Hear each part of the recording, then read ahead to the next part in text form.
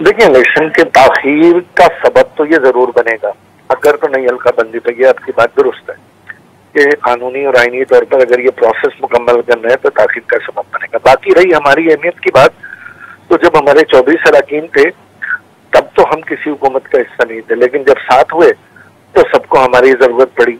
और ये बात भी दुरुस्त है कि आने वाले इंतखाबात में आपको मैं बड़े यकीन से कह रहा हूँ कि एमक्यूएम के बगैर कोई वफाकी हुकूमत बना नहीं पाएगा। क्या, सॉरी सर, आपकी बात मुझे समझ नहीं आई। एमक्यूएम के इत्तेहाद के बगैर कोई वफाकी हुकूमत बना नहीं पाएगा। सही सर, बट आप इत्तेहाद का हिस्सा तो हर दफे बनते हैं, बट उससे फायदा क्या होता है?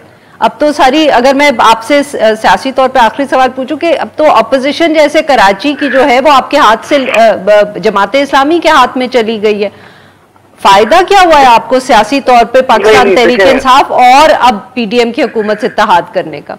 11% के वोट अगर लेकर आप उसे कहें अपोजिशन है और 89% लोग घरों में बैठे हुए थे, तो आज भी स्ट्रक्चर, स्टेट पावर और आज भी हमारी जो प्रेजेंस है वो उसी तरीके से मौजूद है। जमात इस्लामी ने कोई सूबाई इलेक्शन नहीं लड़ा, कोई कौमी इलेक्शन नहीं लड़ा।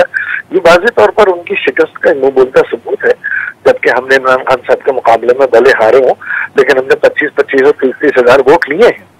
तो बहरहाल इस वक्त भी जब भी सूबाई और कौमी असेंबली के इलेक्शन होंगे हम भरपूर तरीके से अपने उम्मीदवार फील्ड करेंगे।